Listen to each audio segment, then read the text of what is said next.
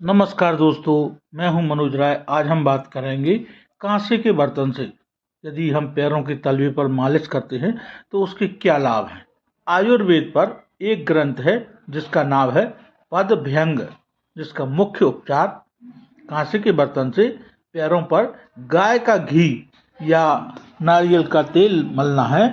और इसके लाभ इस प्रकार है। शरीर में वात की मात्रा कम करने के लिए, शरीर में बनने वाली अतिरिक्त गर्मी को कम करने के लिए, आंखों की मांसपेशियों को उत्तेजित करने के लिए, शरीर की थकान कम करने और ठंडक बढ़ाने के लिए, मधुमेह के कारण पैरों में संवेदना कम होने पर, निद्रा की समस्या को काबू में रखने के लिए, पित्त कम करने के लिए, दर्द की मात्रा को कम करने के लिए जैसे घुटने का दर्द, एड़ी का दर्द, कमर का दर्द, पैरों की सूजन कम करने के लिए, फटे तलवे और पैरों में जलन की समस्या को कम करने के लिए, वेरिकोज नसों में उपयोगी, आंखों के नीचे काले घेरे कम करने के लिए, चेहरे के काले धब्बे कम करने के लिए, भाव प्रकाश कहते हैं।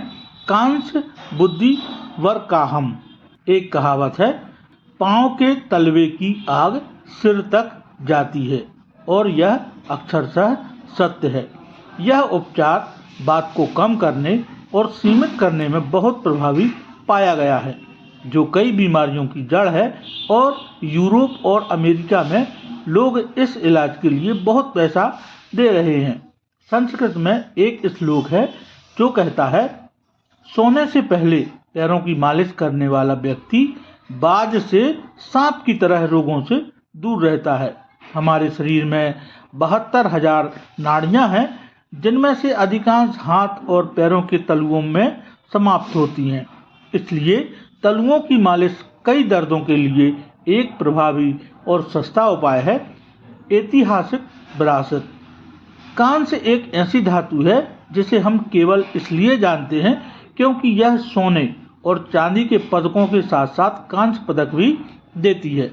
भारत के ज़्यादातर हिस्सों में शादी में लड़की को थन कटोरी देने की प्रथा देखने को मिलती है, लेकिन इसका इस्तेमाल कम ही होता है। कांसे, तांबे और जस्ता का एक मिश्रण धातु है और शरीर में गर्मी को कम करने के लिए 5000 वर्षों से आयुर्वेद में इसका उपयोग किया जाता है।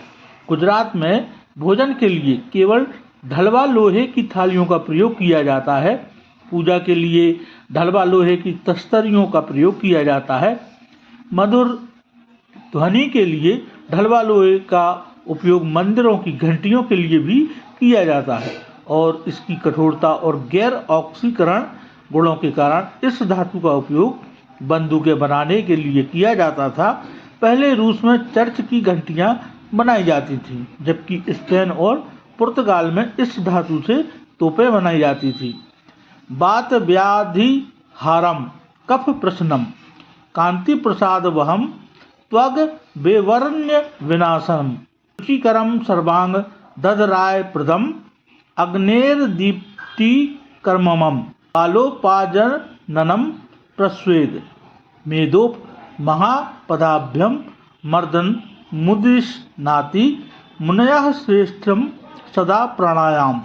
अर्थात ऋषि कहते हैं कि तेल या घी से पैरों की मालिश करने से कफ निस्सारक होता है, सुनहरी चमक देता है, त्वचा की रंगत में निखार लाता है, आग जलाता है, मजबूती देता है, चर्बी पसीना कम करता है।